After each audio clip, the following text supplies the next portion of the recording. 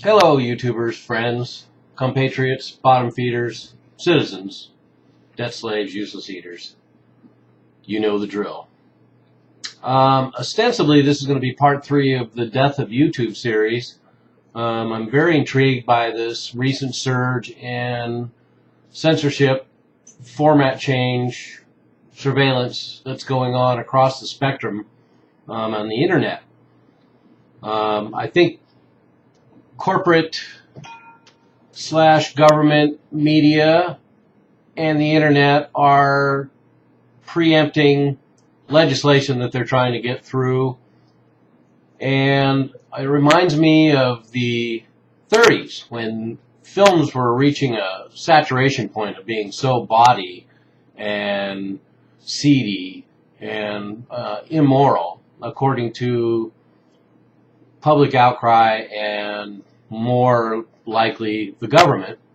And so in 1934 they created the Hollywood itself created the Hays Commission to self-censor Hollywood. And so from 1934 on you find a lot of themes and depictions removed from films entirely. Domestic violence, crime pays, out-of-wedlock babies, open sexuality, drug usage, all sorts of things. So anyway, that's what's going on. And Twitter, as we know now, is part of this. They have changed their format. They are now getting involved in self-censorship. And for the same reasons that YouTube is getting involved in self-censorship, or so the main reasons they say are to expand their market and start making profits, which is the same reason given by all the social media that are changing their new formats. And I'm sure that's very true.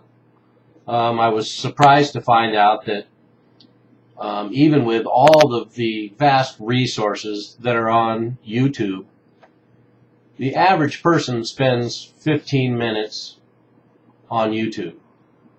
And they're usually doing a search of laugh out loud or puking dogs or Charlie bit my finger.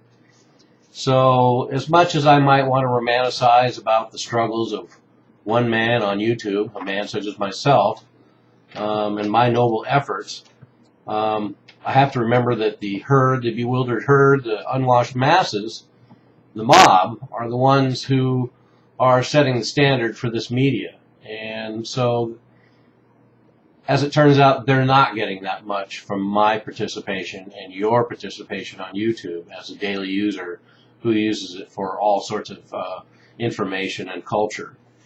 So I should probably lighten up on YouTube a little bit. I know I've been very vehement in my denouncement because I'm personally losing something.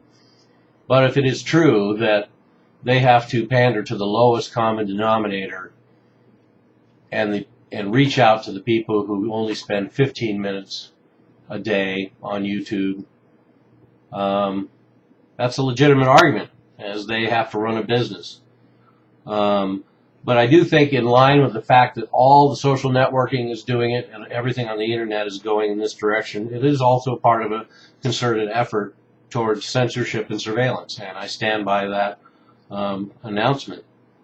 And it also goes hand in hand with the recent busting of the guy that ran Mega Upload, and it turns out 50 million people are going to lose all their data because of this bust of Mega Upload. So that gives you an idea of what the impact of controlling all these social medias and controlling the internet can do when 50 million people can have their data unavailable to them now just because of intellectual rights and copyright laws that the industries insinuate are losing them so much money, which in reality they are not.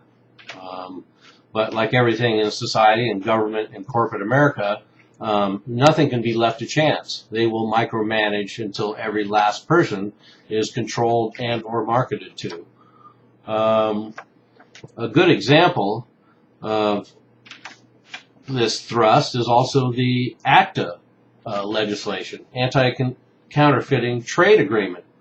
So SOPA and PIPA for now are defeated, but we now have ACTA coming down the pike, and it has some interesting aspects to it that one up the legislation. So I think perhaps PIPA and SOPA were sacrificed in order that ACTA could be legislated into law, in which all communication will be monitored to enforce draconian rules about copyright and intellectual property. And even the ISPs themselves will be put in the dragnet and participating with ACTA. And there will be fines and imprisonment and being cut off from the internet for, probably minor offenses. A good example is McDonald's uses trademarks the term "loving it." Potentially, people that use the term "loving it," maybe just in parentheses, would be have to pay McDonald's every time they use that on the internet. It's not really far-fetched when you consider the language used in this ACTA legislation.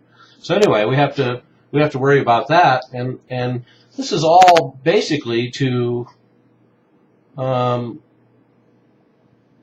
support an obsolete business model. The music industry as we know it.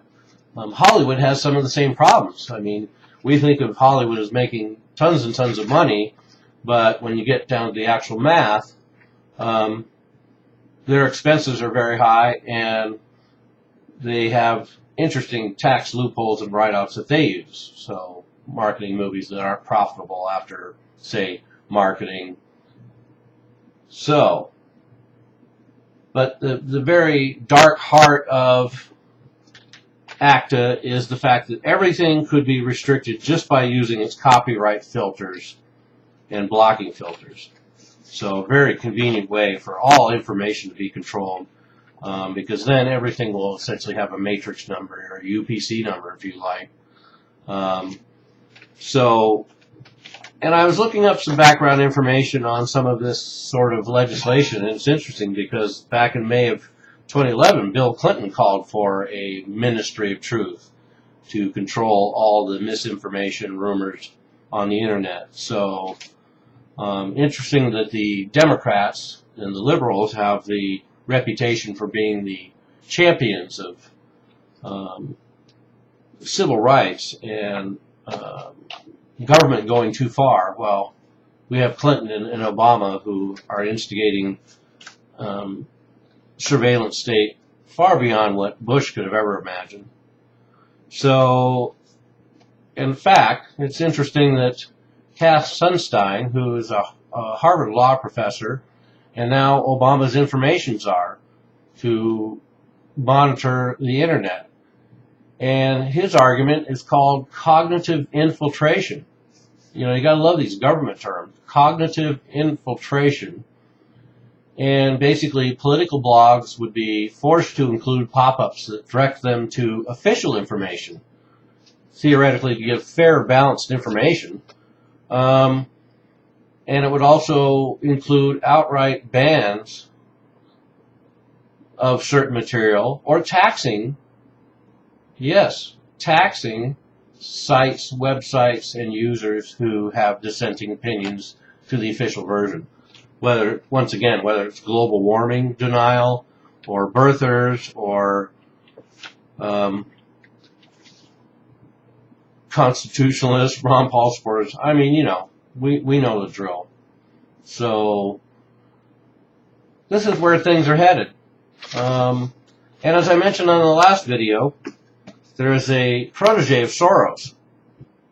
And he was also a fellow of Soros' Open Society, the ironically titled Open Society, and current Stanford University scholar, Evgeny Morozov. And he's called on Google and other search engines to become thought crime enforcers. And once again, one of these government-style titles, a socially responsible, curated treatment. In other words, censorship and surveillance and restrictions. So, and I also want to bring up something I noticed. So you have a Stanford University scholar, and you have a Harvard law professor, Obama's information czar. So once again, we see this connection between media and government and the education system, where the higher echelons of our so-called higher education system are basically populated with more propagandists and people who have the interests of the state in mind. So I think that has to be my bottom line, because the internet is changing because the interests of the state are at hand, the interests of corporate America are at hand, and those two things are one and the same.